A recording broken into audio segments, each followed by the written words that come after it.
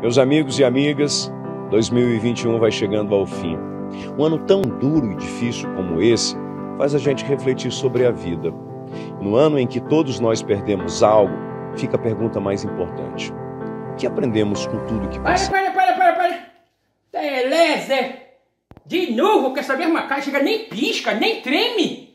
Pelo amor de Deus, rapaz, tá achando que o povo do Amazonas é burro, é? Vai cair de novo nessa tua lábia, nessa tua lorota. Ai, tá começando, desculpa que eu errei. Tu matou um monte de gente, seu patife. Acabou com as famílias amazonenses que perderam seus familiares e agora vem com esse migué. É blá. Eu comparo você que nem o Osama Bin Laden. É a mesma coisa que o Osama, depois de ter matado milhares de gente, fosse nos Estados Unidos pedir perdão, pedir desculpa e depois se candidatar a presidente. Pelo amor de Deus, rapaz. Quem que vai cair no papo desse vagabundo? É um pilantra safado, tá jogando dinheiro por causa da reeleição dele. Todo mundo tá vendo. Olha, vou dizer uma coisa pra você.